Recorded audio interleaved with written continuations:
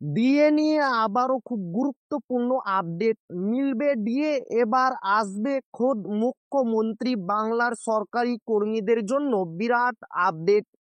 তো ভিডিওটি 1 সেকেন্ডের জন্য স্কিপ করবেন না, পুরোটা দেখবেন। তো ভিডিওটি শুরু করা যাক।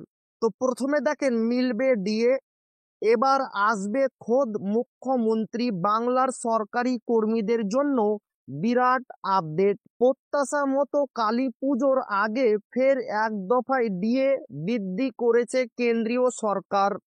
এবারে 3% বৃদ্ধির ফলে কেন্দ্রীয় সরকারি কর্মীদের মহার্ঘ ভাতা ডিএ পৌঁছেছে 53%।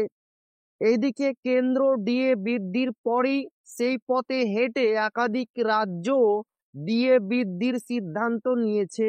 তবে বাংলায় এখনো ডিএ বাড়ানোর কোনো ইঙ্গিত দেয়নি সরকার। জানিয়ে সমানে বাড়ছে ক্ষোভ। কেন্দ্র রাজ্য ডিএ ফারাক বাড়তেই ফুঁসে উঠেছে বাংলার সরকারি কর্মীরা। ডিএ নিয়ে আরো তীব্র আন্দোলনে নামার হুঁশিয়ারি দিয়েছেন তারা। এই আবহে অসন্তুষ্ট সরকারি কর্মীদের বার্তা দিতে এবার বড় পদক্ষেপ করতে পারে তৃণমূলের ফেডারেশন। সূত্রের খবর এমনটাই। সূত্রের খবর, তৃণমূল কংগ্রেস সমর্থিত কর্মচারী ফেডারেশন শীঘ্রই একটি সভা করতে চাইছে। শুধু তাই নয়, সেই সভাতে স্বয়ং মুখ্যমন্ত্রী মমতা বন্দ্যোপাধ্যায় যাতে উপস্থিত থাকেন সেই চেষ্টাও করছেন তারা। সূত্রের খবর, এই নিয়ে সংগঠনের তরফে রাজ্যের মন্ত্রী মানস ভুঁইয়া উদ্যোগী হয়েছেন। এই নিয়ে তৃণমূল সমর্থিত সরকারি কর্মচারী ফেডারেশনের নেতা প্রতাপ নায়ক এক সংবাদ মাধ্যমকে দেওয়া সাক্ষাৎকারে জানান, ইতিমধ্যেই তারা মুখ্যমন্ত্রীর কাছে সময় চেয়ে নিয়েছেন। সংগঠনের হয়ে মানস ভুঁইয়া মুখ্যমন্ত্রীর সচিবালয়ের কাছে সময় চেয়ে আর্জি জানিয়েছেন। একবার সময় মিললেই কলকাতায় রাজ্য সরকারি কর্মচারীদের বড় সমাবেশ করা হবে।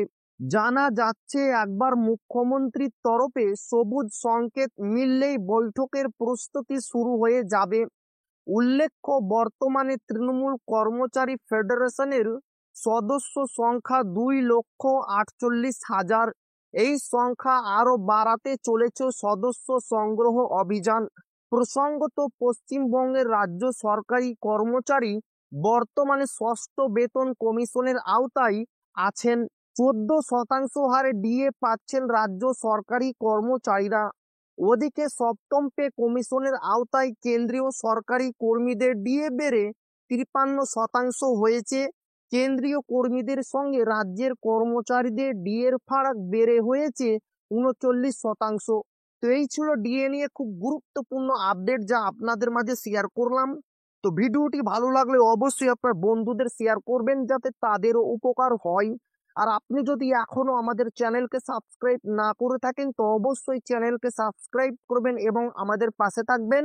তো আবারও দেখা হবে ডিএ রিলেটেড খুব গুরুত্বপূর্ণ ভিডিওতে।